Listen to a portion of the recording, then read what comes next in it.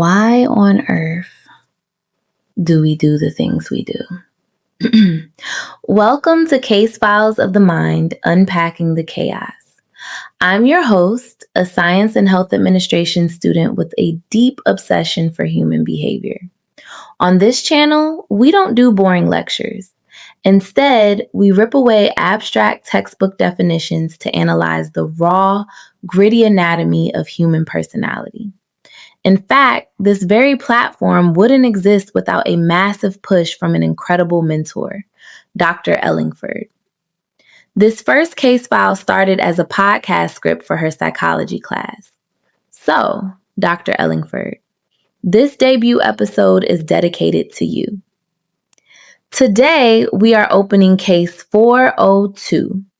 The suspects, an unaccountable mother locked in absolute denial, and her eldest daughter, a toxic household villain who plays the victim to the outside world to harvest endless sympathy. To crack this generational cycle, I've brought 3 legendary psychological detectives into our interrogation room: Sigmund Freud, Karen Horney, and Erik Erikson. We are hunting down 2 massive mysteries today. First, how exactly does childhood friction engineer these adult personality structures? And second, are these 2 women serving a permanent lifetime sentence, or can they actually rewrite their psychological scripts? Grab your notepad. Let's dissect the evidence. Let's launch this investigation. We have to confront our primary driving question first. How do early power struggles with parents transform a child into an adult who literally cannot take accountability? Let's look closely at suspect Alpha. This is the mother who passes every single buck and simply cannot utter the words, "I am sorry." If Sigmund Freud took this case, he'd point his finger straight at her toddler years. He'd argue she is hopelessly trapped in a rigid biological loop, an anal-retentive fixation. It was hammered into her subconscious by hyper-controlling, rigid parents during early boundary training. To Freud, her explosive adult blame shifting isn't a conscious daily choice. It's an involuntary, deep-seated ego defense mechanism deployed to escape overwhelming structural anxiety. Her psychological wiring was locked in by age 5. Her pathological lack of accountability, a permanent biological scar. But Detective Karen Horney examines the exact same case file and completely rejects that biological fatalism.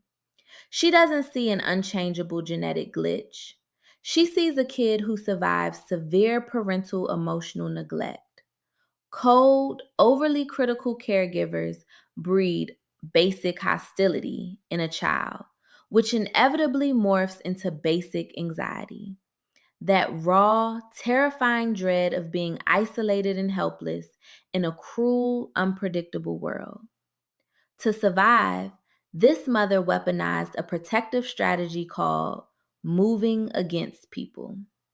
Her adult refusal to own her mistakes is a calculated wall of social dominance. She aggressively shifts blame to her own children to force an artificial sense of absolute superiority. It ensures nobody can ever make her feel small or vulnerable again. Erik Erikson, however, tracks this crime against accountability to an unresolved developmental task. He zeroes in on stage 4, industry versus inferiority. During her school years, this mother felt entirely inadequate and invisible next to her peers. In adulthood, admitting a personal mistake triggers that dormant, terrifying childhood sense of failure.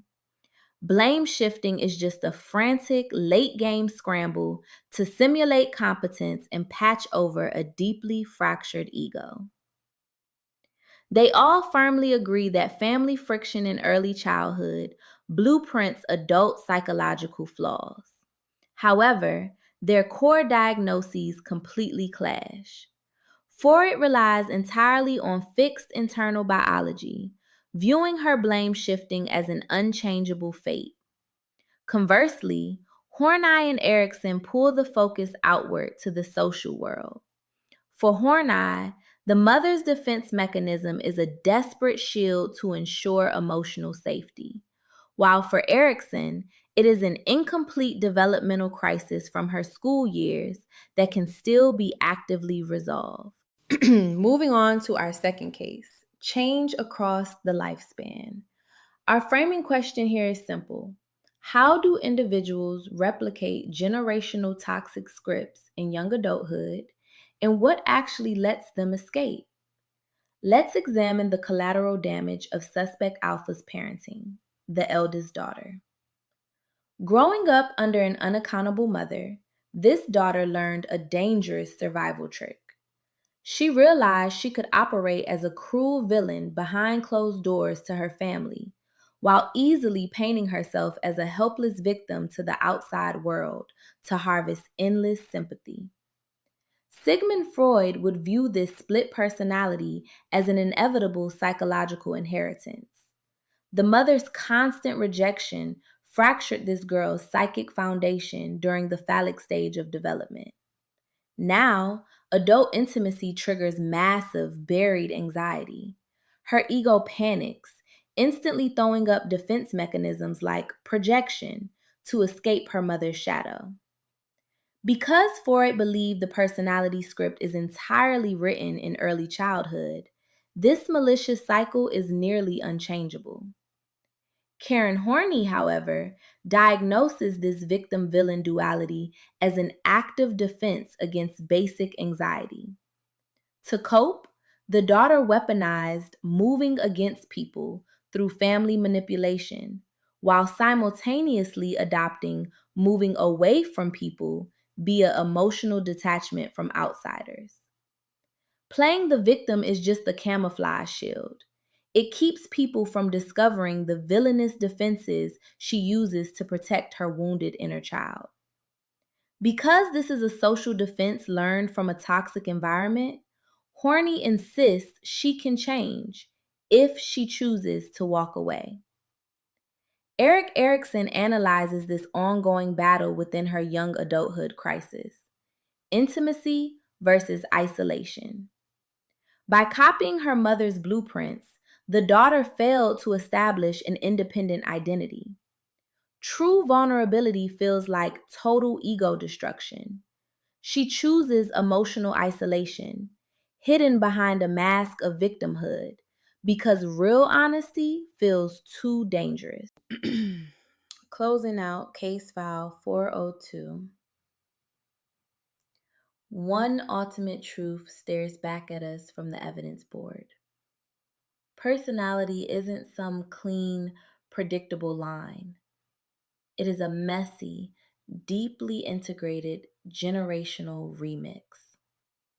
This entire investigation proves that early childhood family friction absolutely sketches our initial internal blueprints. But our mind detectives completely clash the moment we ask if the suspect can actually escape their past.